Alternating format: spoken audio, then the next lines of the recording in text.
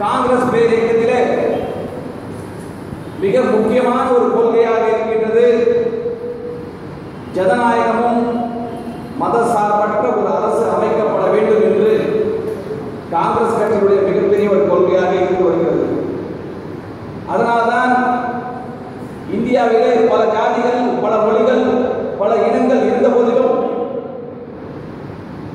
உலக நாடுகளிலே ஒரு ஜனநாயக நாடாக போற்றக்கூடிய வகையிலே இன்று நிலைத்து நிற்கின்ற காரணம் அது இந்திய தேசிய காங்கிரஸ் கட்சியினுடைய நிலைப்பாடுதான் என்பதை இந்த நேரத்தில் தெரிவித்துக் கொள்கின்றேன்.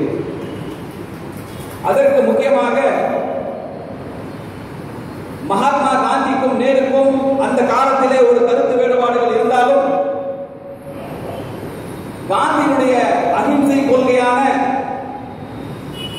காந்தியடிகள் எதை எதிர்த்தாரோ பாசிசம், இனவெறி, ஆக்கிரமிப்பு என்ற மூன்றுதை காந்தியடிகளை எதிர்த்து போராடி வந்தார்.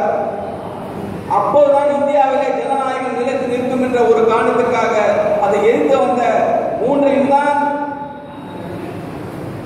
பண்டித ஜவஹர்லால் நேரு அவர்கள் அந்த காலத்திலே இந்திய அரசினுடைய மாபெரும் முக்கிய கொள்கையாகவே ஏற்று ஆட்சி பீடத்திலே அமர்ந்து ஆட்சி செய்து வந்தார். ஆனால் இன்று ஆளுகின்ற மதவாதி பிடித்த மத்திய அரசு, பாரதிய ஜனதா கட்சி அரசு இன்று எதை செய்கிறது? மகாத்மா காந்தி அடிகள் கோடிட்டு எதிர்த்த இந்திய அரசினுடைய மாபெரும் எதிர்ப்பு கொள்கையாக இருந்த அந்த மூன்றை தான் இன்று ஒரு ஆதரவாக செயல்பட்டு சிறுபான்மை மக்களுக்கு எந்த அளவுக்கு தொந்தரவும் பிரச்சனைகளையும் அவர்கள் இந்த நாட்டிலே வாழக்கூடாத வகையிலே அவர்களுக்கு ஒரு கைப்பாவாக செயல்படுகின்ற RSS, விஸ்வ இந்து பரிஷத், சிவசேனா போன்ற கைப்பாகளை வைத்து இன்று சிறுபான்மை மக்களை தொந்தரவு செய்து கொண்டிருக்கின்றது. இதெல்லாம் கேள்வி கேட்பது யார்?